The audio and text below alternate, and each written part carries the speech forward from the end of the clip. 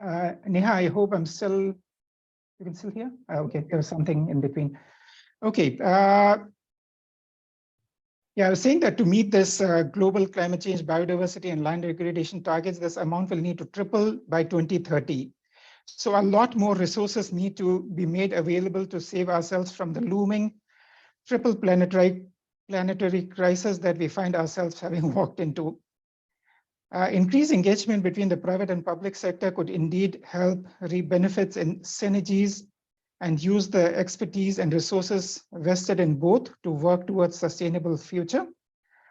This would help garner more investment in disaster risk reduction, climate change adaptation, and resilience building activities as well. India was, from what I understand, the first country to legislate mandatory CSR, corporate social responsibility activities and reporting under the Companies Act of 2013, which has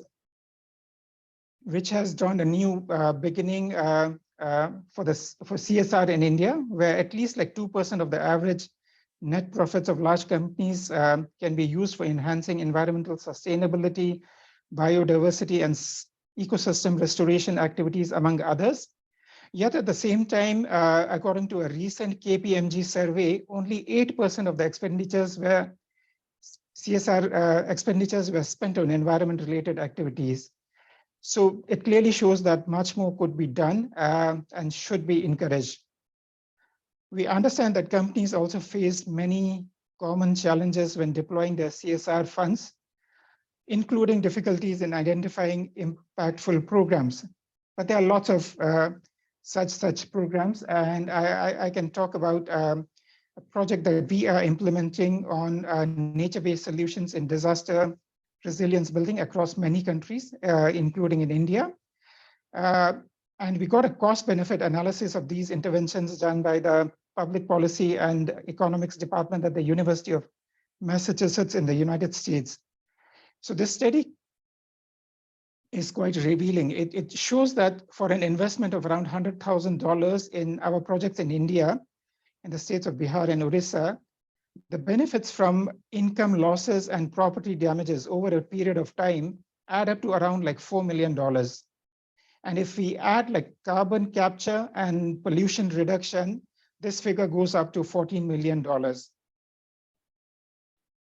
A shift towards greater private sector investment in green solutions, however, also needs new skills and new technologies. It further needs new indicators as well as comprehensive understanding of local resources and community health knowledge. India currently holds the G20 presidency this year, as we know, and has an amazing opportunity to bring together private and public sector actors in meeting its national and international commitments. Sorry, including targets related to the Sustainable Development Goals, reducing its carbon footprint and enhancing biodiversity and resilience to disasters and climate change. Indeed, nature-based solutions for reducing disaster risk is one of the 5 priority areas that India's G20 presidency has identified in the recently released issue brief on disaster risk reduction. And one of the other priorities is to build stronger financial frameworks for disaster risk reduction. So there's clearly a call for the private sector to play an important role in building resilience of communities to climate change and disaster risks. I think, we have a great lineup of speakers for the webinar today, and I look forward to hearing from them and also to some engaged discussions towards the end. Without taking any further time, I'll hand it back to the moderator. Thank you. Thank you, Hasnain. Over to Dr. Joy Ellerman, Director General, TILA, to give his opening remarks. Dear friends, good afternoon.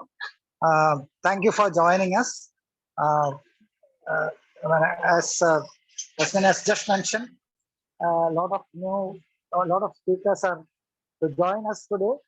And I will not take much time. I will only give you a background of why we are here today. Especially some of you might not be aware of what TILA is and what we are doing. TILA is the Kerala Institute of Local Administration. Mainly, focusing on capacity development of local governments. However, in the Indian context and in Kerala context, local governments are into most of the development sectors in various ways. So naturally, when we are talking about any interventions, local governments also have a role to play. And disasters and climate change, both of them are now the day-to-day talk of all of us.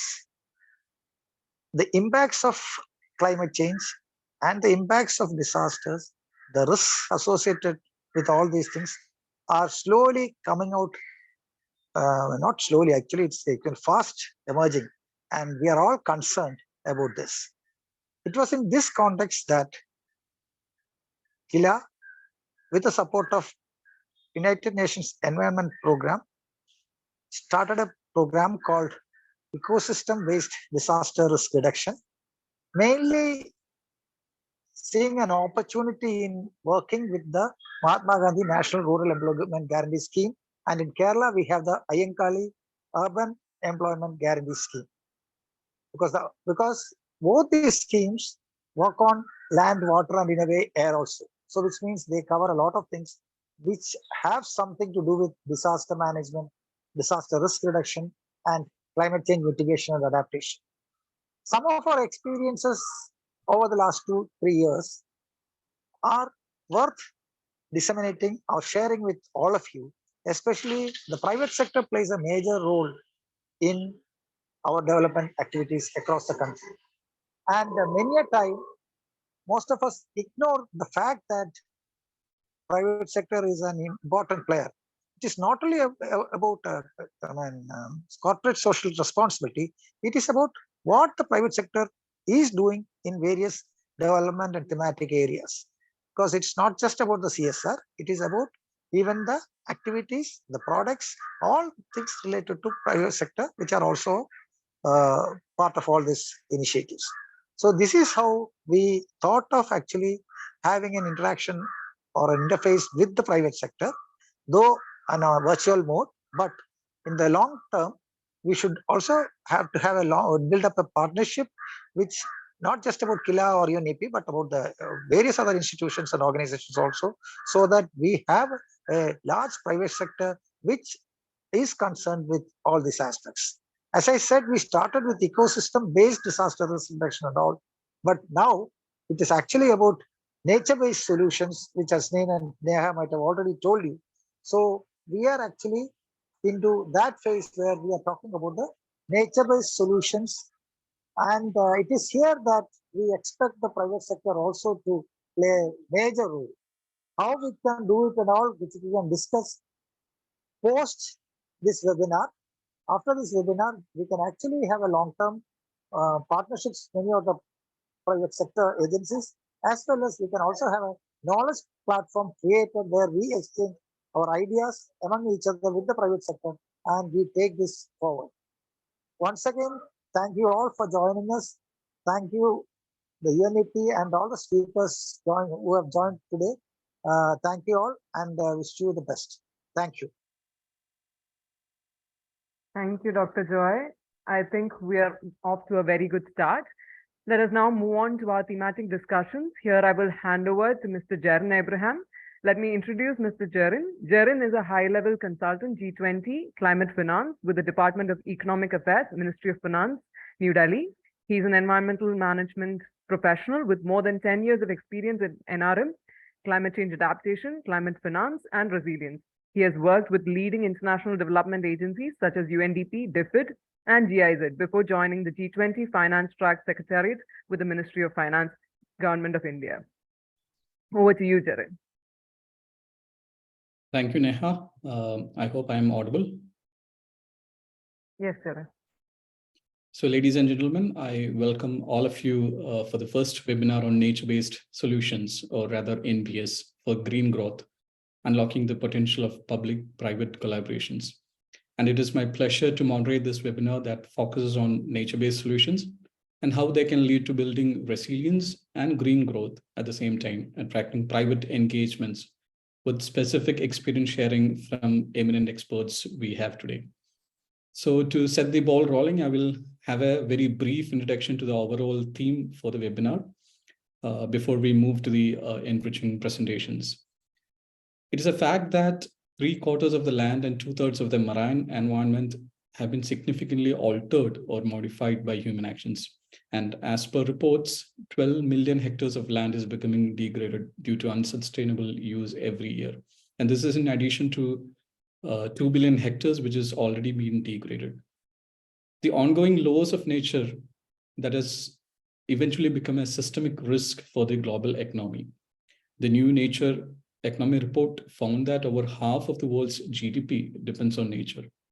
And these numbers may be underestimated, as many times we knowingly or unknowingly neglect the value of the ecosystem services that this nature is providing for us. Therefore, investing in nature offers the opportunity to generate trillions of dollars in business, as well as to create millions of jobs. A recent report released by the Dutch Central Bank titled Indebted by Nature, which says that the financial systems are deeply dependent on nature for all of the activities. The report found out that almost around 1,400 billion, which they have analyzed, out of that, almost 36%, which are lent or invested in sectors that are highly dependent on nature and its ecosystem services. So what it shows is that much of our economic activities and livelihood depends on services provided by the nature, and we still have opportunities to engage sustainably with nature to sustain our economic and livelihood activities. Be it the floods, be the landslides, species decline, or zoonotic diseases, all lead to loss of nature, which eventually leads to many societal challenges. And this is where the role of nature-based solutions, or we commonly call NBS, comes into play, as it holds the potential to address these interlinked crises. However, it requires integrated planning, public-private engagements, and sustainable financing. The State of Finance for Nature report by UNEP finds that approximately 133 billion USD is the current flows to nature-based solutions, with a majority, more than 80%, coming from the public finance and probably around 10 to 15% from the private finance.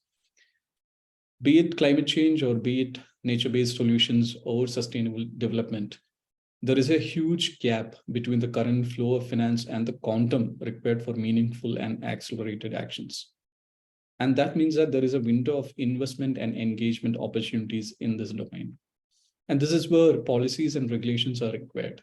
The public sectors bring forward policies and regulations that create a strong and stable revenue stream for NBS activities and assets.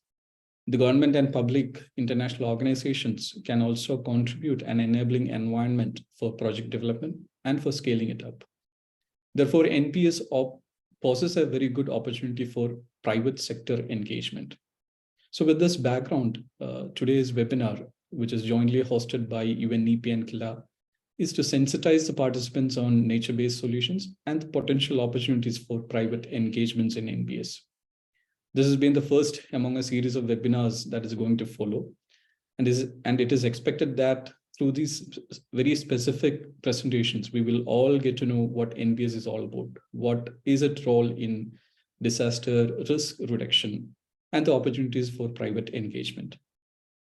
The approaches and the case studies that you learn about here can enhance your knowledge in NPS, which is valuable for the countries. I saw many people from other countries, as well as for the development and sustainability of individual businesses and other entities. And this is very much key to pave the way for increased private sector engagement in nature conservation, since private sector is an ally to achieving sustainable developments.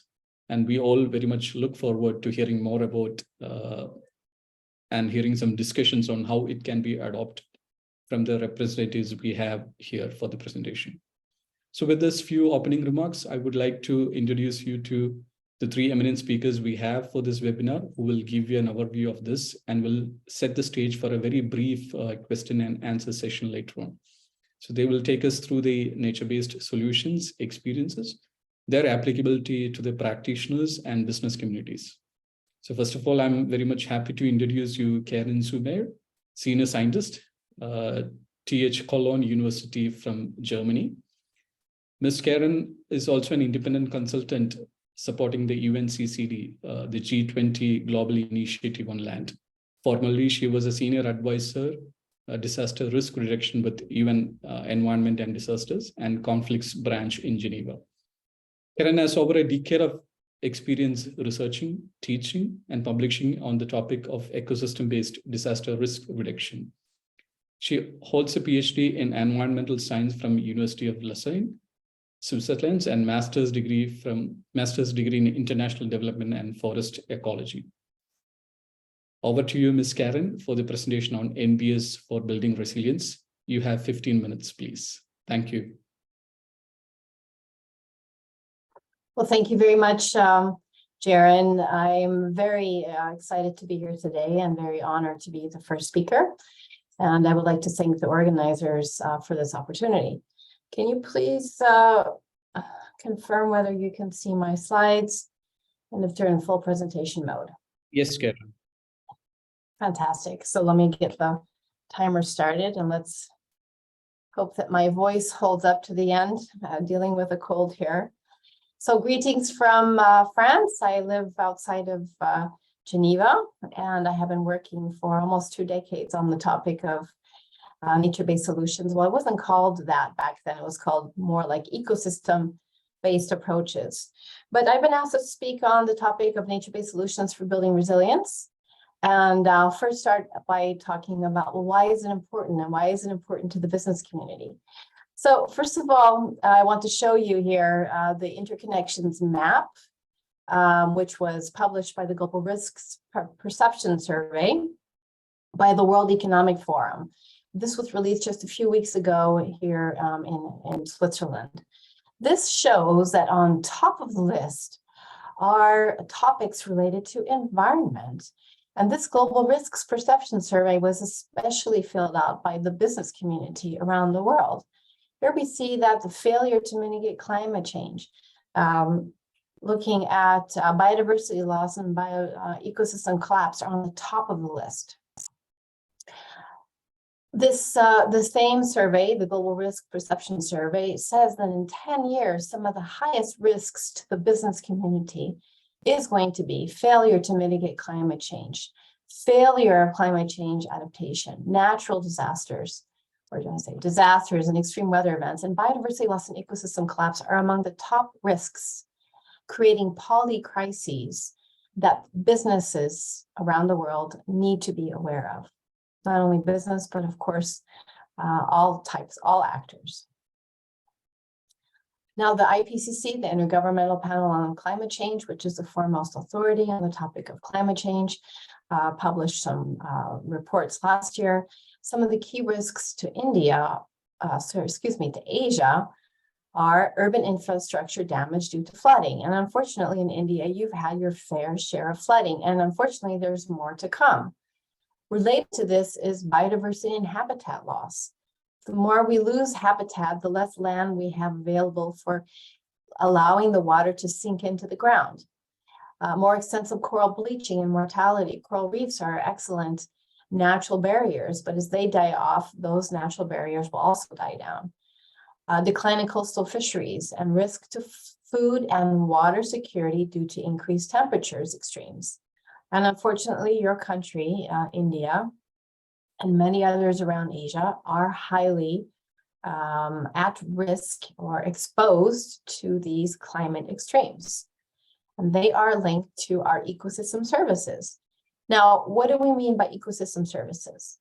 Well, this comes from the World Wildlife Fund, a report that was published quite a few years ago, which shows that we have 4 different types of ecosystem services. Cultural, of course, we seek nature for aesthetic values, spiritual and religious values. Provisioning, which is what most companies, private sector are aware of. They provide the raw materials for medicine, for fresh water, for food. And it's these raw materials that create the supplies that are sold and that businesses rely upon. But some of the things that we don't necessarily think about are the supporting services, nutrient recycling, photosynthesis, soil formation, without which we would not have food and raw materials. And then finally, the fourth service is regulating. And these are things we take for granted. We take for granted that nature provides us with clean water, provides us with climate regulation, provides us with disease and pest regulation. Pollination, we take for granted. Pollination is a huge service without which we wouldn't have any fruits and without which many businesses wouldn't survive. So we take many of these for granted, and we should not. So let's switch then to nature-based solutions, because this is the topic of the webinar series, right? So this IUCN was one of the first organizations that works on this topic, and United Nations came out with a definition. I'm not going to read it all out to you, but basically the idea is that nature-based solutions address social, economic, and environmental challenges while providing human well-being, ecosystem services, and resilience and biodiversity benefits. Okay, we're going to kind of debunk this. I would say, let me pick this one apart, this nature-based solutions diagram, and explain in very simple terms and with examples what we mean by this and what are the implications for the private sector. So why should the private sector be concerned? Well, we're talking about nature-based solutions for addressing societal challenges that everybody should be concerned about, and in particular, the private sector. And these are climate change, food security, water security, human health, disasters, social and economic development. These are all the different societal challenges that nature-based solutions seek to address. And this is why the private sector should be concerned. I'm going to focus in my talk a little bit more on the protection side of the ecosystem-based approaches, as this is where my area of specialty lies. And I think that this is also something that the private sector needs to be especially concerned about. So the next section is on resilience.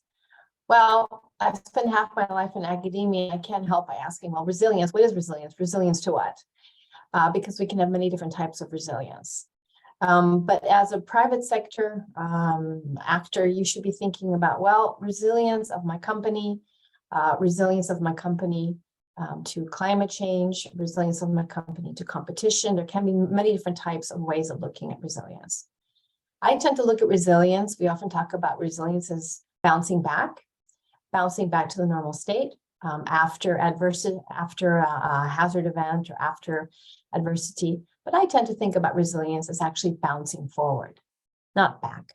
Let's look at how we can not only go back to the normal state, but we actually do better and we improve upon the normal state. Let me give an example. This is an example from Tropical Storm Jean in 2004, which hit the island of Hispaniola, where two countries are located, Haiti and the Dominican Republic. There was an enormous amount of casualties in Haiti and only 18 casualties in Dominican Republic. And those casualties in Dominican Republic were people who lived on the border with Haiti. Well, look at the border. This is the border between Haiti and the Dominican Republic. Dominican Republic is on the right and Haiti is on the left. So if we do not manage our natural resources in a way that is sustainable, we will not be resilient.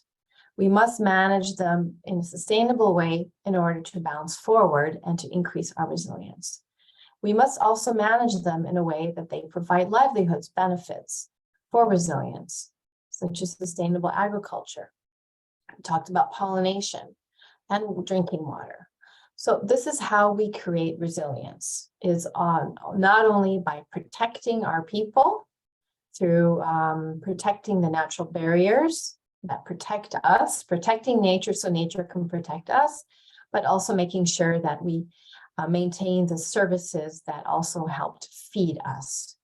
So coming back to this one again, we just talked about the importance of food for resilience, of ecosystem services for providing food, for fresh water, for erosion regulation, and for pollination. So I've covered all of these right now. It gives very good examples of why it's important to work with nature rather than against nature. And again, looking at some of these forgotten services that we take for granted. The third part of my talk is what are some of the main activities that are being undertaken under nature-based solutions. So again, companies, private sector depend on ecosystem services for their supply chains, but also for protection. Many of companies or many businesses have been affected by extreme weather events and have been put out of business and have had huge costs for cleanup and also in terms of broken supply chains. So protection and investing in disaster risk reduction is not just a public good, but it should also be a public good, okay? So I know the private sector is mainly perhaps concerned about the provisioning services, but also the regulating services should be part of your business plan and part of the risks, the future risks that you should invest in reducing. So the World Bank has actually, I understand, was the one that actually launched the term nature-based solutions about 15 years ago. And they are now fully on board with the nature-based solutions. They have a whole team that works on that. They're working with their clients, which are governments and municipalities around the world, to promote nature-based solutions. They have come up with a very good catalog of nature-based solutions, mainly for urban areas. And it's important to keep in mind, well, that oftentimes we need to work together at the landscape level or at the watershed level in order to reduce risks and improve climate change adaptation. So I'll step you through some of the examples of what we mean by nature-based solutions. That includes protecting our upland forests, protecting our river and floodplains or restoring them, restoring and protecting natural inland wetlands, our shores, mangrove forests, for example, and coral reefs or artificial reefs, okay? So in cities, we often talk about either small-scale restoration projects, such as green rooftops, pervious parking lots, in other words, creating areas where the water can infiltrate into the ground. Bioswales is what you see here. It's basically taking out sidewalks and adding areas that are green where the water can percolate into the ground, and water retention basins. Large-scale restoration may include, like I said before, wetlands, forests, riverbanks for increasing water infiltration. And a lot of this requires working along a larger scale. Now, why would the private sector care about this or be interested? Well, there's actually quite a lot of new business opportunities that go with this kind of new urban design that we're seeing.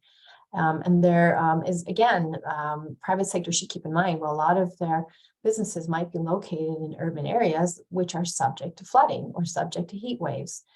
And so the private sector should also be very concerned about the environment in which they operate.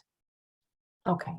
Now, again, just very briefly, and this is a photo from Davos itself, where the Swiss government have been managing protection forests to reduce mountain hazards for the last 100 years and can continue to do so in a way that is very scientific and very well proven. Why not have forests protecting a village rather than steel barriers? Local people also don't want to have steel barriers. They want to be protected by forests, which provide so many other benefits, such as clean air and fuel for their fires and birds, etc. And another example are meandering rivers, wetlands, and sand dunes, which buffer and reduce water velocity. So in our cities or in our floodplains, we've tended to take these meandering rivers and make them straight. We've tended to make them, try to control them. We've tended to try to channelize them. And what we're seeing now is a backlash of that, at least in Europe and North America, where we're taking out many of the dikes. The Netherlands, for example, has had a huge program called Room for River, where they're actually taking out their famous dikes and allowing the rivers to become more natural, to slow down the water velocity. But in some cases, if people have been living too close to the river, they've agreed to relocate a little bit further away from the river to reduce their exposure. And this is a photo from Sri Lanka where the sand dunes that are natural helped to protect the coastline against the Indian Ocean tsunami in 2004. Now, let me give one final example, which is something that's very close to you in India, the Mahatma Gandhi National Rural Employment Guaranteed Scheme, national program. I won't read out all of this, but as you know, it's one of the largest national development programs actually in the world, with around 1 billion US budget annually. Many of the works are related to natural resource management, and there are many co-benefits for disaster risk reduction and adaptation to climate change. And so, as Dr. Elamon mentioned, UNEP has been working with Kila in developing training modules, handbooks, working on ecosystem-based disaster risk reduction for the Mahatma Gandhi National Rural Employment Guaranteed Scheme, with engineers, elected officials, and mates trained, policy support on eco-DRR, and lessons from this work are actually a model internationally, which UNEP is helping to amplify. So why am I bringing this up? This shows many of the works related to disaster risk reduction that the Mahatma Gandhi Rural Employment Guarantee Scheme is already working on. Now, this is, of course, with public funds. So why am I mentioning this in a webinar with the private sector? Well, I thought I'd throw out there, why not consider some leveraging, working with the private sector, holding hands in having the private sector tag on to the Mahatma Gandhi NREG scheme as a way of reducing risk for the private sector and encouraging public-private partnerships. So in concluding, I'd like you to think about whether your company is resilient. Are you ready to face some of the issues related to competition, upcoming regulation, investment, and customers and supply chains, which are all now expecting that private sector get on board with green growth and get on board with investing in nature-based solutions? It's good for your business. It's good for your I would say for your supply chains. It's good for your image. So with that, please do consider taking a look at a MOOC, which I helped to develop with my colleagues at UNEP. It's open to all, and we have a section there for businesses and private sector. It's very easy to register for that. And with that, I hope I'm not 1 minute over time. Thank you very much, and hope that there will be some questions for me afterwards. Thank you. Thank you, Karen, and thank you so much for sticking on to the time. So I think the presentation was very comprehensive on giving all of us an understanding on the basics of NPS, its interlinked challenges and opportunities, and how resilience is linked to our livelihood, which often gets overlooked. And what are the activities under NPS and how NPS can enhance ecosystem services and business opportunities while engaging, with the nature. I think that was a very good presentation, and I think there might be questions. So I request the participants to kindly post your questions in the chat so that we can take which were relevant once all three presentations are over. So once again, thank you, Dr. Karen. Now I would like to go to the second presenter, Mr. Romit Sen. Romit is the Senior Vice President, Corporate Sustainability with Hong Kong Shanghai Banking Corporation, HSBC, India. He's an environment and sustainability professional with 17 years of experience in program development and implementation, which includes climate change mitigation and adaptation, rural livelihood, natural resource conservation, etc. He was a member of the Ministry of Jal Shakti's Committee on Water Use Efficiency and a technical committee member of Alliance for Water Stewardship. Romit holds a master's degree in natural resource from the Energy Resource Institute, Terry School of Advanced Studies, New Delhi. Over to you, Mr. Romit, for a talk on NBS for green growth. You have 10 minutes, please. Thank you. Yeah. Thank you so much, Jerin, and a pleasure to be connected with everyone. It's very interesting to see there are 150 plus participants joining us on this webinar. So thank you everyone for your time. Karen, firstly, thank you for providing, I think the context within which I will situate some of my comments. So I am from HSBC India. I am part of the corporate sustainability function, where, but my submissions will primarily align with the work that the corporate sustainability function is doing on our CSR or philanthropic side. But I think the point that I would like to begin by state in the beginning is that climate change is a huge leveler. It doesn't, recognize between the rich and the poor, the urban and the rural. And whenever there is an as we speak, as we feel the consequences of changes in climate, we realize that how all our natural systems are interconnected. So the system connectedness is something that has driven us to look at things and interventions not in silos, but as they link up together. And within this premise, while the first time that IUCN came up with a definition of NBS was almost 2 decades ago, but I think over the last 2 decades, and more importantly in the recent times, we have seen the manifestation of the interconnectedness, whether it's about a disaster, whether it is about a climatic event, on how each one of us, is impacted irrespective of where we are located, how much, how good off or well off we are. So in that sense, the nature-based solutions for us, and I'll come in a little bit as to how we have tried to integrate NBS into our philanthropy or CSR programs. We call it community investment at HSBC. So we feel that nature-based solutions is epitomizes that system interconnectedness that I spoke about in terms of linking the broad aspects of climate, whether we look at the mitigation side of it and the adaptation side of it. Karen did illustrate to some examples.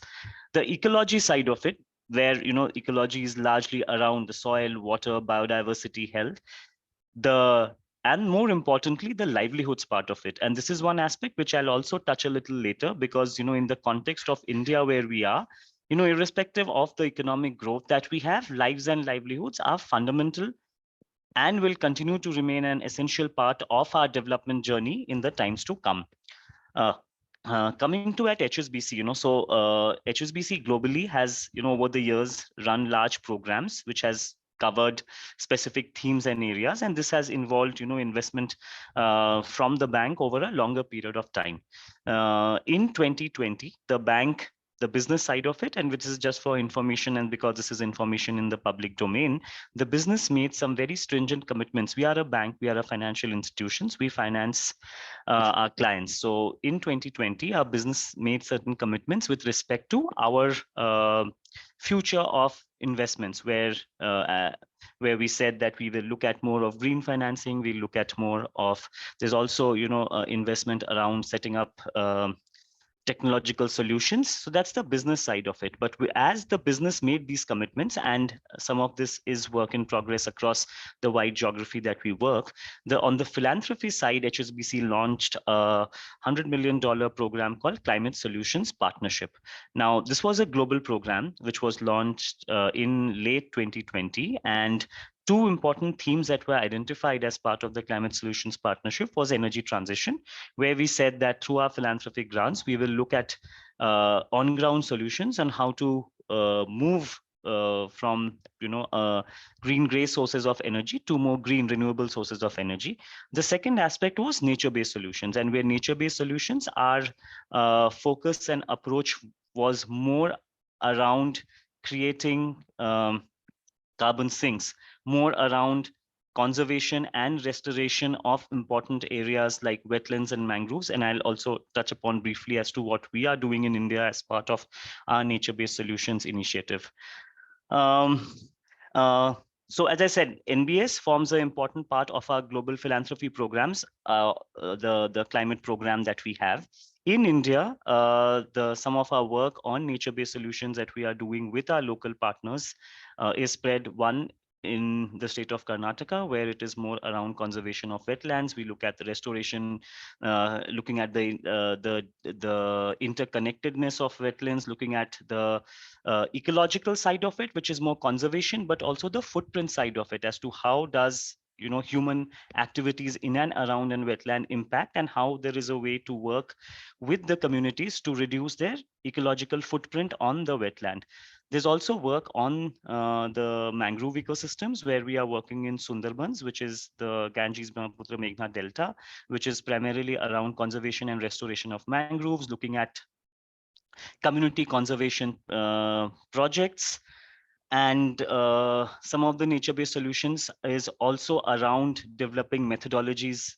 And I'll come to that, why this is very important for us. Methodologies for assessment, because as I said, the key KPI for us in our NBS programs is whether we've been able to create carbon sinks and are we sequestering carbon. In addition to, as I said, livelihood is an important aspect, in addition to unlocking finance. And there was a lot of discussions around, private sector and finance, and I'll also come to that in a bit. Now, one thing which, I'll talk about as we have implemented over the last, like 1 year, year and a half, we realized that we do need robust methodologies to assess the impact and outcome of our work. A lot of the things that were also spoken as, private sector's investment. So if we look at the aspect of CSR, I think we are all realizing that the investment that has to go, we need right kind of outcomes and measurement metrics when we say carbon sequestration. So what is the methodology that we use? While of course there are methodologies that are outlined by the FAOs and the IPCCs, we are also looking that, like working with academic institutions here, we are looking to develop more, methodologies that would help us to say identify our carbon sequestering potential for some of those areas. And this is a partnership with our not-for-profit partners and academic institutions. I think one aspect that, as a private sector organization and as part of our philanthropic programs, we are realizing that a lot of the outcomes that you would want to achieve takes time. So, if you were to invest in a program, say 1 or 2 years, and would want to expect a desired outcome, it's not possible, because as I said, it is a time-taking factor. So we are very mindful of the fact that as we begin and continue our engagement and interventions on environment and climate, it has to be a long-term investment, because only then you will be able to, one, not only measure some of the outcome, but also to see a real change in the ground. The point that I would now like to touch upon is on the finance. While of course everybody did, like I think the speakers before me elucidated to the need and engagement of the private sector, but I think one aspect to look at it is that in terms of the overall development, money that comes for development in India across all sectors, 92% of the funding that's for development schemes is still public sector. The remaining 8% is the private sector, bilateral, multilateral, and all of that.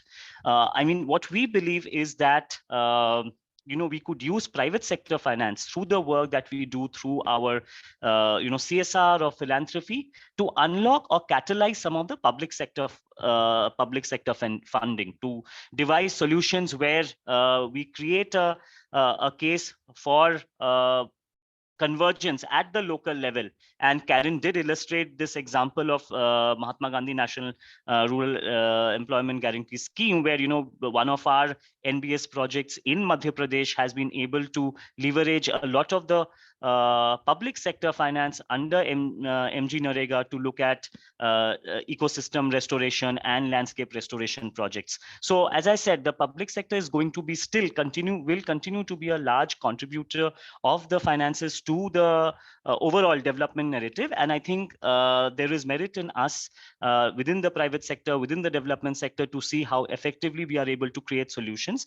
The last point that I'll come is all this will not happen in isolation. So, the fact that, we have different stakeholders represented, whether it is Akila or it is, Gitika, who's from Development Alternatives, I think partnerships and working together will be key, not only for, primarily for not, doing things which are repetitive, but also, like leveraging on the strengths and evidence that an organization brings about. So with that, I think I'll end my submission, Jering, saying that for us at HSBC, NBS is an important part of our philanthropic programs. We would like to take this forward. We realize that will take time, and we remain, we are mindful of that. And more importantly, as I said, like for us to measure the effectiveness, we are looking at measurement metrics. We are looking at more outcomes and partnerships to learn from each other and scale the outcomes.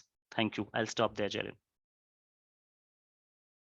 Thank you, Romit, once again for the insightful talk. It was quite enriching, and also thank you for sticking to the time. So it was quite interesting to know the various facets of nature-based solution, because it's not just about nature, it's about climate change, it's about ecology, it's about livelihoods. So how it is getting integrated, and as you said, like the corporate social responsibility of HSBC, how it is getting integrated as part of the community services. Those things were quite insightful. I think case studies from HSBC would be something which everyone will look forward to see how private sector engagement could be more effectively done. And something which I also want to emphasize is on the methodologies of assessments, which is even if in the climate change domain also, the assessment is something which is still or yet to be firmed up. So unless and until that is there, we won't be able to quantify on what we have achieved or not.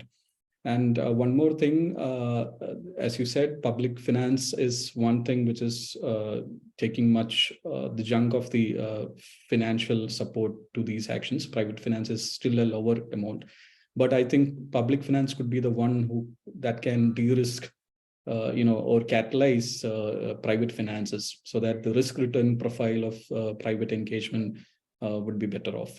So with this, I would like to move to the last presenter, and thank you once again for Romit for the insightful talk. For the last presentation, last but not the least, we have Ms. Gitika Goswami. Ms. Gitika is the Associate Vice President and Lead Policy Research and Planning at the Development Alternatives in New Delhi. Gitika is having 24 years of professional experience in the environment and development sector. And her current portfolio includes climate change resilience, which includes nature-based solutions, inclusive development, sustainable consumption and production, with a mandate of influencing and supporting public policy in the transition towards green, inclusive, and sustainable economy.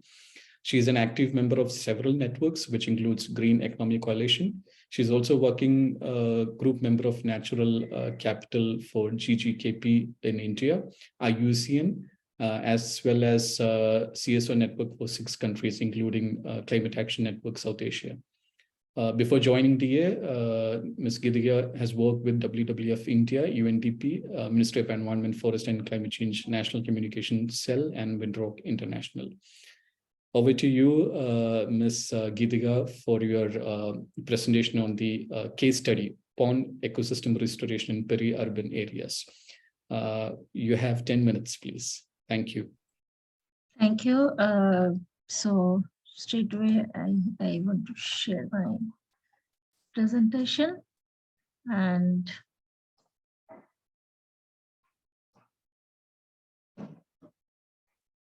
just a minute.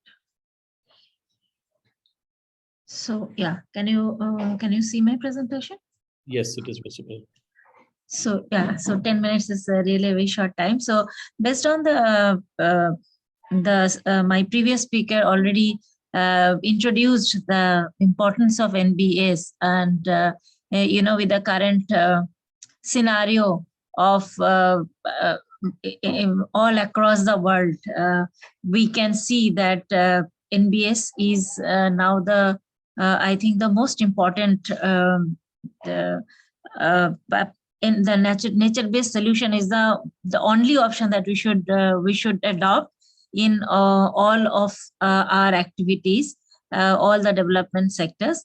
So my case study, the case study that I'll be presenting, basically it is 2 case studies. One is in the rural areas and one is in the peri-urban areas.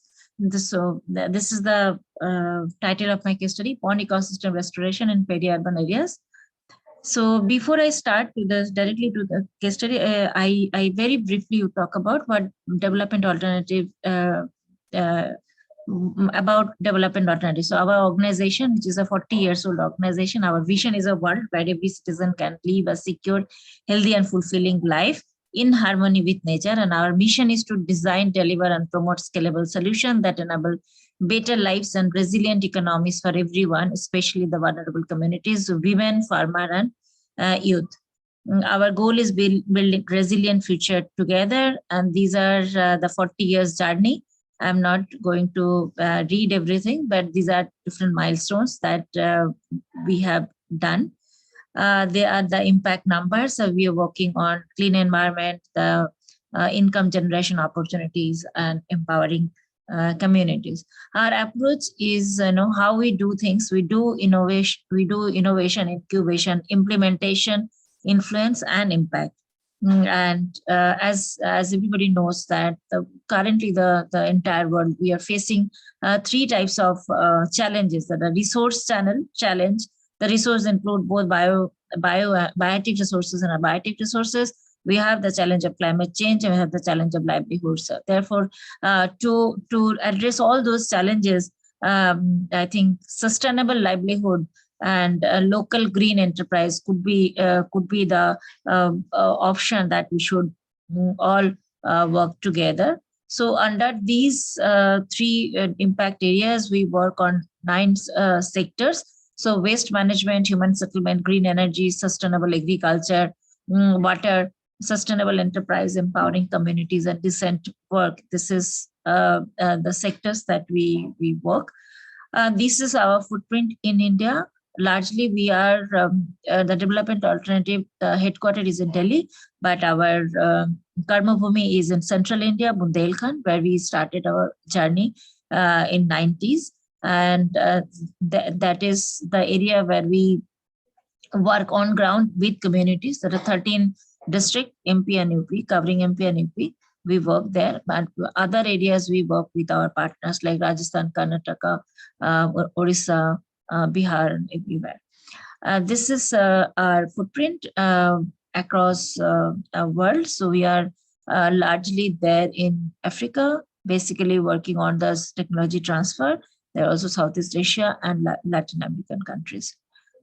So now coming to the DA's work in nature-based solution, I am very quickly coming to the one example in Bundelkhand, where we worked in mainly the watershed areas in Datia districts. In one watershed, the societal challenges that was there was there was a seasonal, river. There was a heavy runoff, and during the peak monsoon, water becomes available only during few channels of the mainstream. Water scarcity for fulfilling basic needs. So there, long dry spell affecting agriculture and other allied sector, and low groundwater infiltration.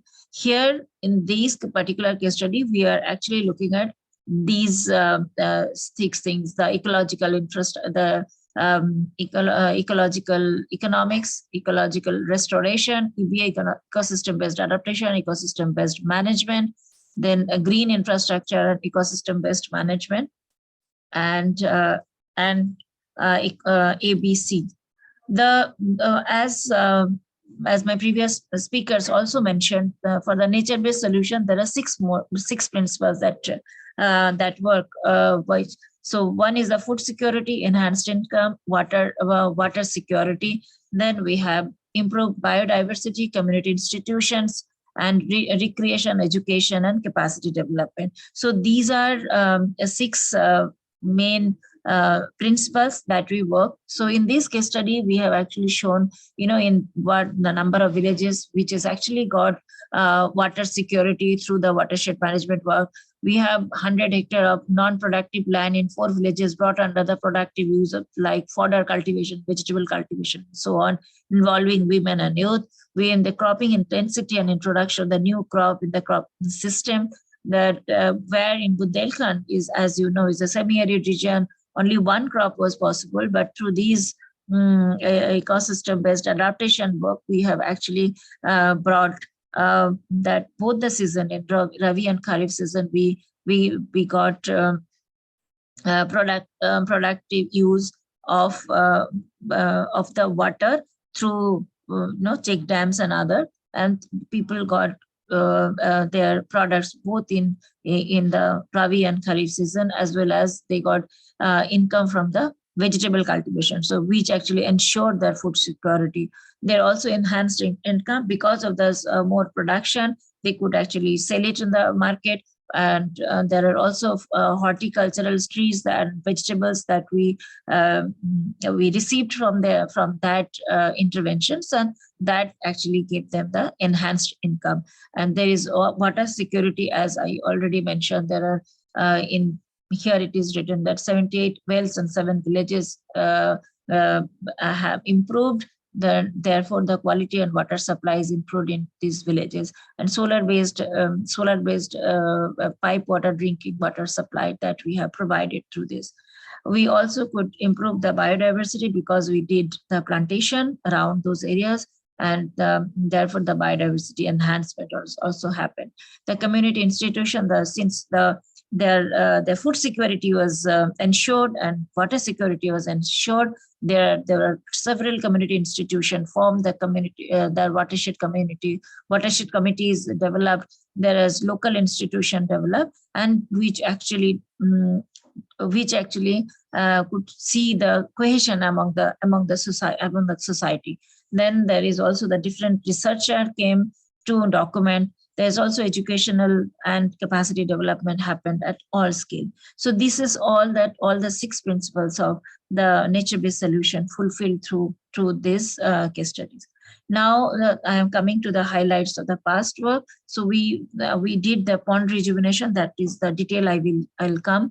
The pond rejuvenation in several areas, 14 ponds that we have rejuvenated in the last 1 year, which is actually contributing to the government scheme and Amrit Sarovar scheme, which is a fantastic scheme. And we saw that due to the pond rejuvenation, how the entire ecosystem of the area can change. That we also have done community-based safe drinking water. Where in Udaipur we are working with the citizen science, where we are generating awareness among the local community, especially the students, on the quality of drinking water that they are having. We have a very small testing kit. Through the testing kit, we are actually supplying this testing kit into all schools, and the school children now aware of how to taste their drinking water quality, and there they could come out that there is a lot of, during the monsoon season, there are a lot of coliform that is there in the drinking water,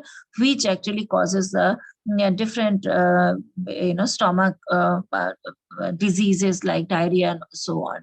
So this is a kind of a capacity development that we are doing through the water quality monitoring approach, and we are taking the data, and this data is being generated and will be submitted to the municipality, which will help them to take decision on which should be done to provide that safe drinking water for the communities.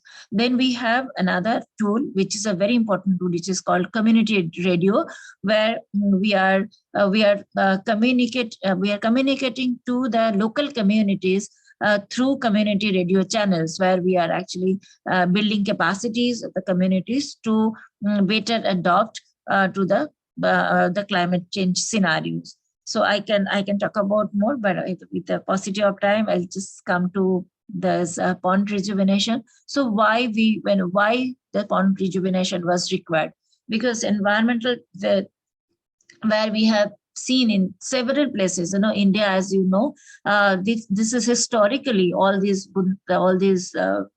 kings. We used to have lots of tanks all around, especially in Bundelkhand. We know the Bundelas and Chandelas kings, they used to have, because Bundelkhand was a semi-arid region, they used to dug a lot of tanks, and that was the only water storage facilities that was there. But with the changes in the all across, socio-economic and environmental changes, most of those ponds became non-existent. They are there in paper, but really not seen, visible. And the importance of the ponds has also been, reduced, because people started getting other kind of water, like groundwater pumping, the pipe water supply, and so on. So the important ecosystem services that the pond can really contribute, which is actually reduce that importance. So that was one of those, and we got some support both from the government, the support, and also from private sector support. We did this pond rejuvenation. This is the map where we have done this in 4 villages. So through this pond rejuvenation, what is the overall impact that we could see? That is increased in water holding capacity of the pond. You can see that before the cleaning of the tank, what was the water capacity, and after what was that? Reached out to 8,000 plus people. That is one of the most important part of the NBS. Then we also have plantation done, which is the conservation of the biodiversity, and yeah, and we have 27 lakh kg of water hyacinths was removed from the tanks, and that water became clean. And along with that, when we did the plantation, lot of the birds that started, the migratory birds that started coming, which contributed also the biodiversity conservation of that area, which is also one of the another principle of the nature-based solution. So now how do we do that? How our approach was the 4A approach. We say assessment, awareness. Ma'am, sorry to interrupt. We are overshooting the time. Yeah, so I'm just very quickly go. So these are we did the baseline survey. Then we have done the community groups. Then we did the tank rejuvenation. Then and which it is actually contributing to MGNRA, MGNRAGA, and Amrit Sarovar scheme. So there are also like Pani Ki Pathshala, where we engaged with the children, and so these are some of the drawings that they come up with, the children, and this is some of their what they thought, that they pledged that this was so good, the Pani Ki Pathshala, that they will continue conserve this. Yeah, so these are some. This is the before and after the pond rejuvenation, and the stakeholder that my previous speaker also has said that this is very important, that we have to have a partnership, both public, private, government, and community partnership, to have a successful model. And these are some of the key challenges and the driver. So maybe yeah, because of the time, I can stop. Thank you so much. Thank you, ma'am. I'm sorry that due to paucity of time, we have to curtail certain things. But I believe the case studies presented today best illustrate the business case for private engagement and the potential for tackling climate change and environmental degradation through nature-based solution, especially through the 6 principles which were highlighted. And thanks for sharing this valuable information. So with this, all the 3 technical sessions are over.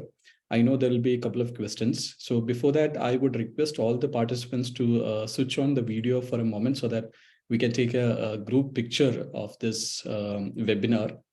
So I would request all the participants to please switch on the camera, and requesting the IT team to please do the needful.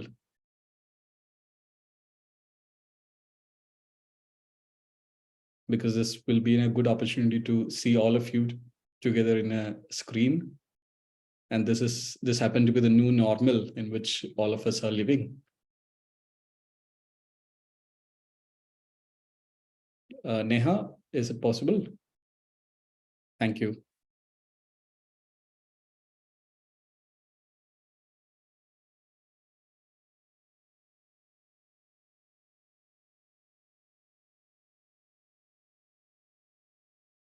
I hope everyone is smiling.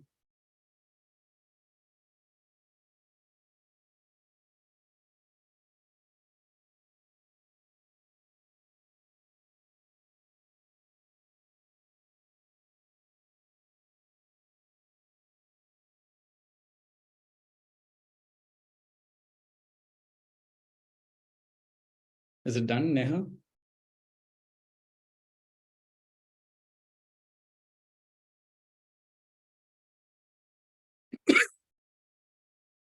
Thank you, and thank you all of you. And just one more thing. So I hope everyone is remembering few questions you might have answered while registering for this webinar. So just to, just to understand on basically to reflect on what our understanding and thought process on this webinar, we were again doing a poll, post-assessment poll, which will be showing in your screen shortly. So I would request the participants to spare a few minutes just to answer those 5 questions as part of the post-webinar poll. So this will hardly takes 1 minute of your time. I would request all the participants to kindly do it.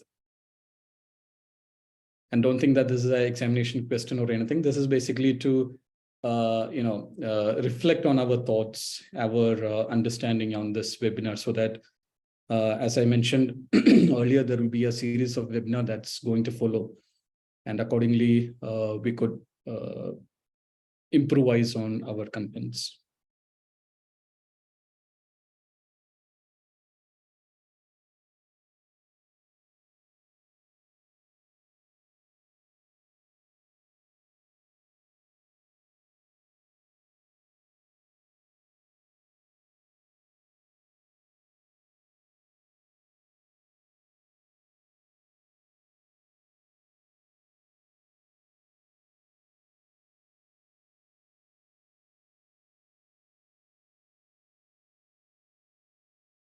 The percentage contributors seems to be very less than what I see as the number of participants.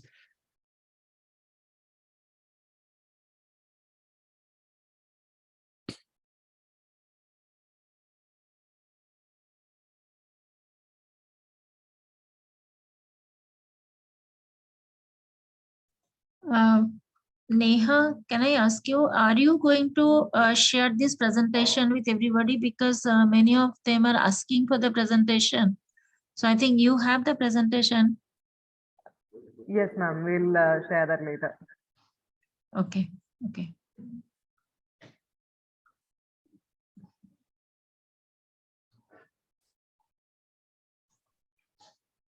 We have responses from 74 participants. We request the other participants also to kindly attend the poll.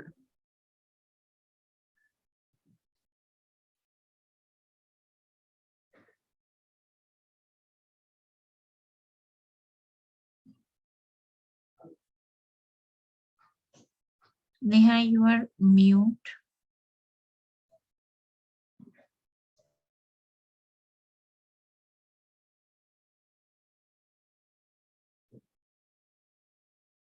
I think everyone is thinking a lot regarding the questions. Neha, did you set it in a very tough manner? No, no. The questions are quite simple. I think they are thinking quite a bit. That's okay. We have 92 answers now. Maybe at 93, it's climbing, so we can wait a bit.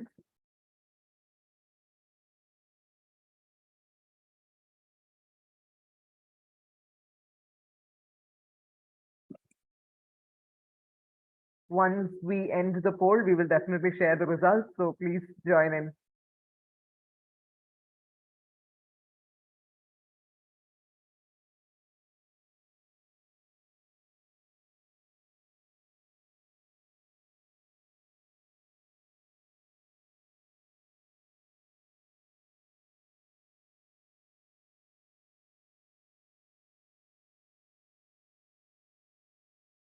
We'll be ending the poll in 30 seconds.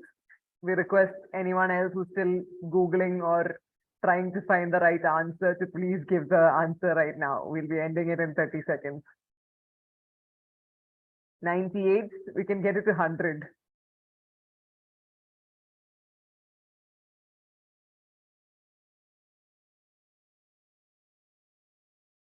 $99, $100. Good. We're good to go. Yeah, thank you, all of you.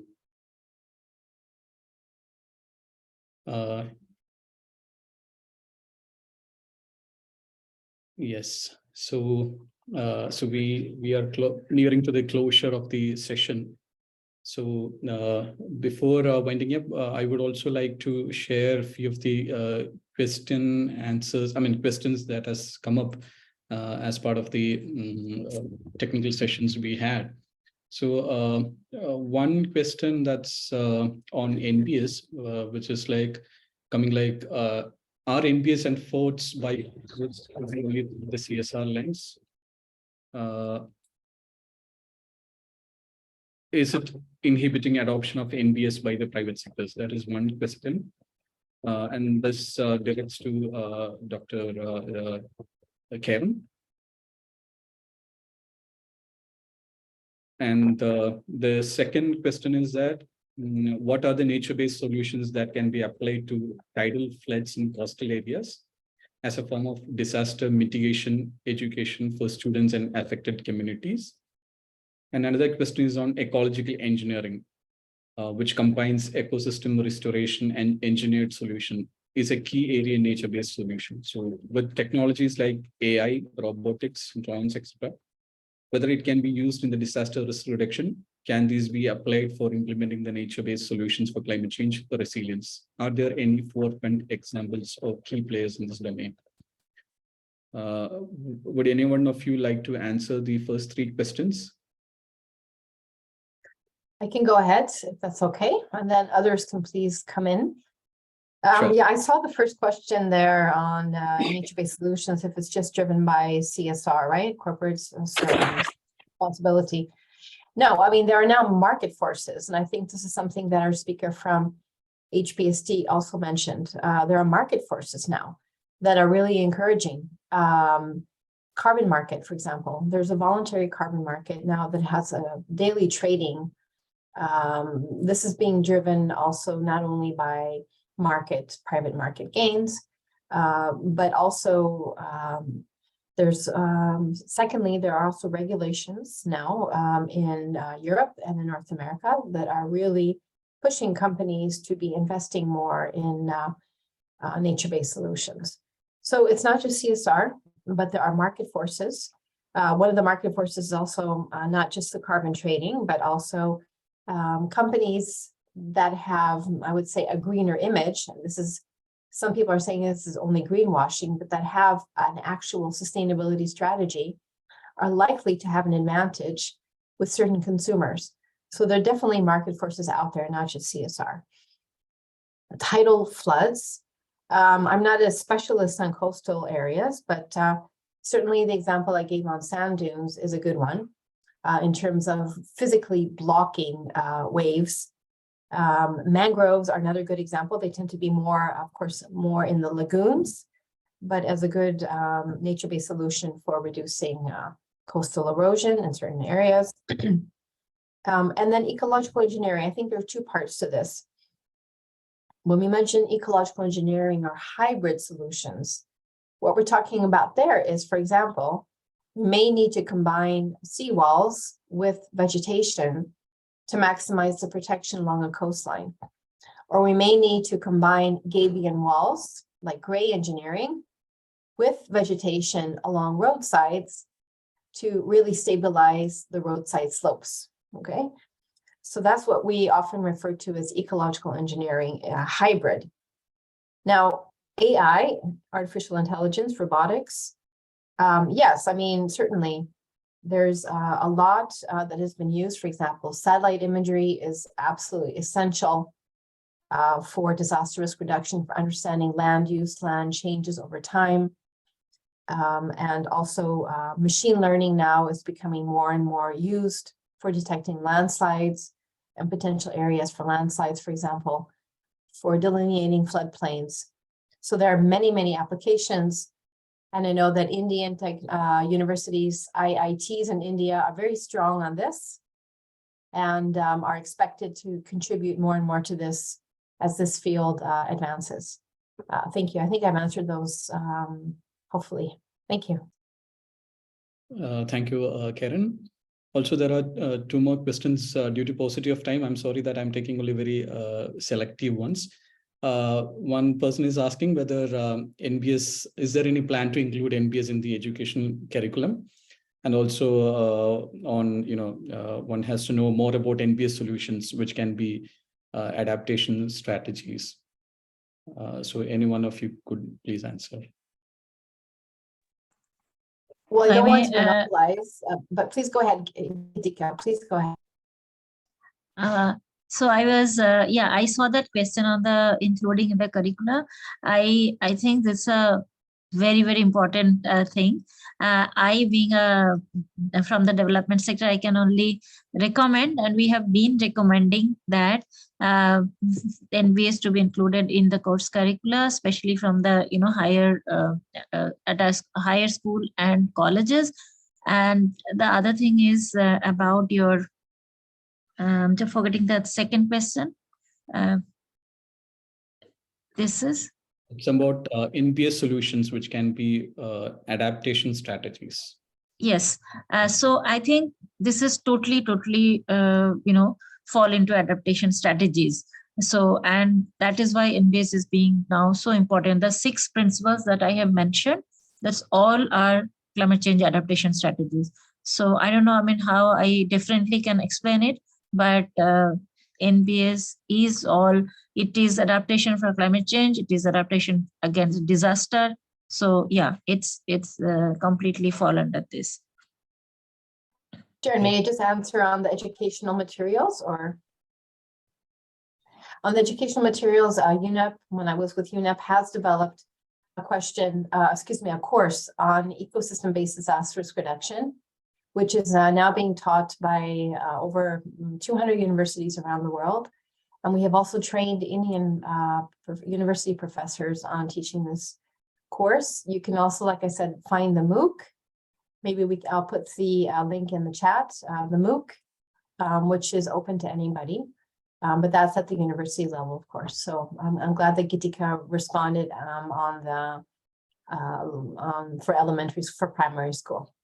It's definitely necessary, and we would hope that there would be some interest in that in India as well. Thank you. Thank you so much. I think in the chat boxes, there are a lot many other queries, other suggestions, which is shared with the presenters. But unfortunately, we have overshot the time by almost 20 minutes as of now, and we have to respect everyone's time.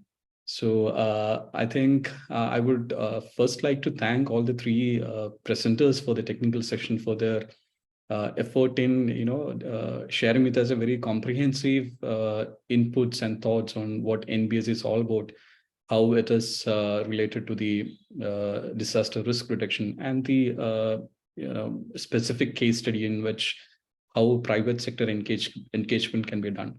So I think this was quite insightful for all the participants, which was initially crossing 180. So that shows that the interest in the participants this area of work.